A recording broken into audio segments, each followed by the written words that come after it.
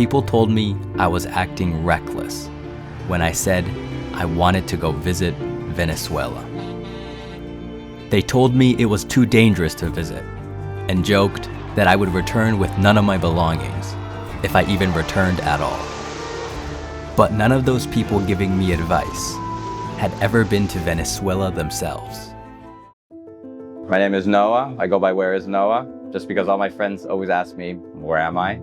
I've been making documentaries since I was young. I always like to see things with my own eyes. In this case, I happened to go backpacking for a year and a half through Venezuela, as well as every country in Central America. And Venezuela just happened to be the country that I spent the most time in. I spent 6 months there, and I turned my experience into a 30-minute virtual reality experience, which I've been now, traveling around the world showing for the past 3 years.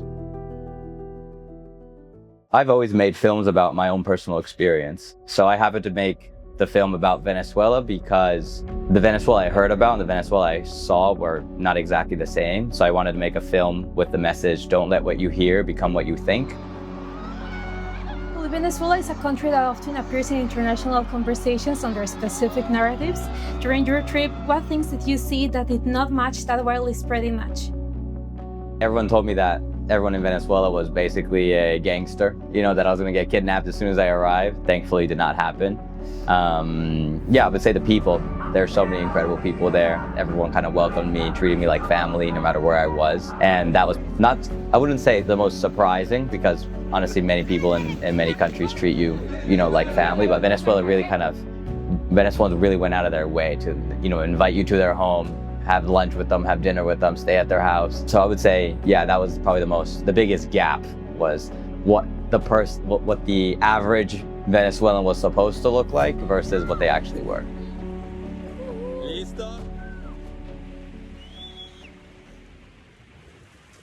In traditional documentaries, like, just watching it on YouTube or Netflix or whatever, there's always a gap between the screen and you, like you're always watching the screen, getting information from it, but at the end of the day, like, you can get distracted by your phone, you can get distracted by other people talking in the room, you can get distracted by basically anything. Now in virtual reality, you don't have that problem because you put on your own headset, you have the screens literally up to your eyes, and since the videos are shot in 360, you can move your head around looking at whatever angle you want to look at, so you actually feel like you're in the film, not watching the film.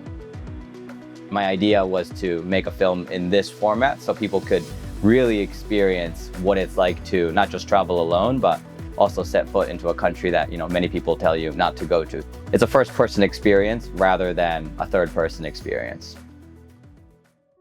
In general, I don't film people that I don't necessarily know. I try to always get to know them first. I would say I could probably call any person in that film that you see that is like a character in the film. Like, those are all people that I know personally, they're my friends. And that's also the reason why they open up so much and they can share so much, because they feel very comfortable and we have a very organic relationship.